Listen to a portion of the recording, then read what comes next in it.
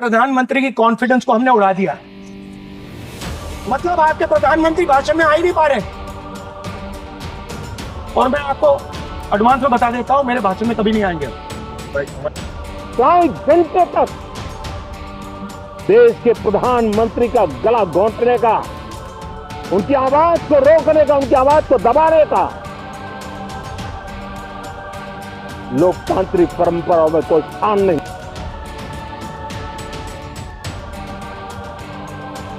नमस्कार दोस्तों, कैसे हैं आप सब। आशा करता हूं आप सभी सुखी व स्वस्थ होंगे।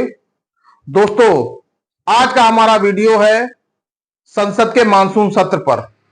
जी हां दोस्तों, संसद का मानसून सत्र अब समाप्त हो चुका है, लेकिन संसद के मानसून सत्र की कुछ यादें, कुछ विशेष बातें जो हमारे जहन में अभी भी घूम रही हैं, आज मैं उन्हीं बातों को आपके सामने रखना चाहूंगा। दोस्तों, 2024 के लोकसभा इलेक्शन के बाद आपको पता ही है किस पार्टी को कितनी सीटें मिली। बीजेपी एक बार फिर सत्ता में आ गई, वो भी अपने सहयोगी दलों के साथ। इस बार कांग्रेस की स्थिति 2014 या 2019 से कमोबेश बहुत अच्छी रही। कांग्रेस भी इस बार 99 सीट्स लेकर आई और देश को एक मजबूत विपक्ष प्राप्त हुआ। दोस्तों, ध्यान देने वाली बात यह है कि इस बार एनडीए की जो सरकार थी वो विपक्ष के आगे बेबस दिखाई दी। उसका सबसे बड़ा पहला उदाहरण यह है कि नेता विपक्ष राहुल गांधी ने अपने भाषण में यहां तक कह दिया कि हमने आपके प्रधानमंत्री का कॉन्फिडेंस उड़ाकर रख दिया है, जब मैं भाषण दूंगा तब वो आ ही नहीं पाएंगे। उन्होंने बल्कि प्रधानमंत्री मोदी को अपने भाषण में आने की चुनौती तक दे डाली, बार बार ललकारते रहे। दोस्तों, अब ये देखिए कि विपक्ष का कॉन्फिडेंस कितना हाई था। हमेशा विपक्ष फ्रंट फुट पे ही रहा और उन्होंने सत्तारूढ़ पार्टी को बैकफुट पर ढकेल दिया। दोस्तों, हालत तो ये रही कि जब संसद का सत्र समाप्त होता है तो उसकी एंडिंग स्पीच होती है, समापन स्पीच होती है, समापन भाषण होता है जो कि प्रधानमंत्री को देना होता है। इस बार प्रधानमंत्री की ओर से वो भी नहीं दिया गया। ऐसे कई मौके आए जब राहुल गांधी ने भाषण दिया और प्रधानमंत्री बीच में से उठकर चले गए। ये सब क्या दिखा रहा है? ये सब यही दिखा रहा है कि देश में अब कितना मजबूत विपक्ष आ चुका है।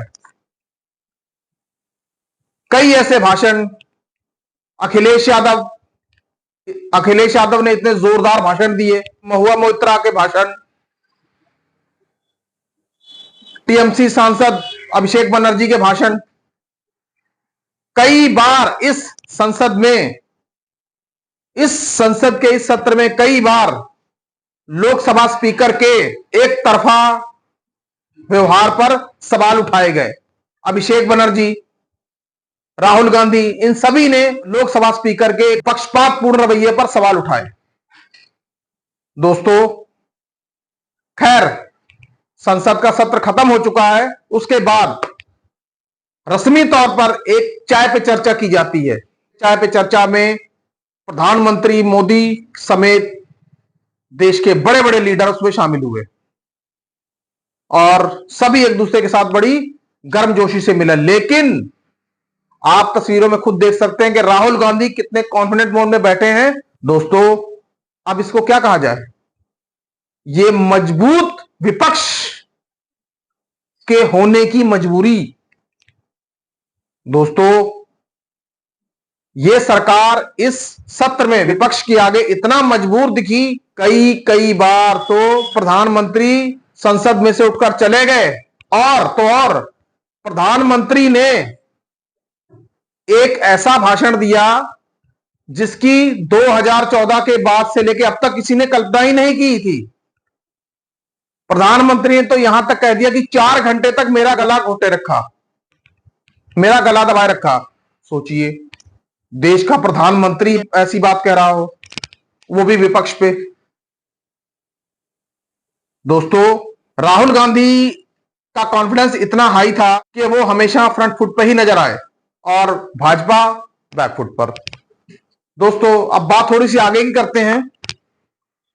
दोस्तों, अभी आपको पता ही होगा कुछ दिन पहले कि वायनाड में भयंकर त्रासदी आई, 300 से ज्यादा लोग मारे गए, कईयों के घर उजड़ गए, और वहां पे दौरा करने वाले सबसे पहले नेता विपक्ष राहुल गांधी थे और उनकी बहन प्रियंका गांधी थी।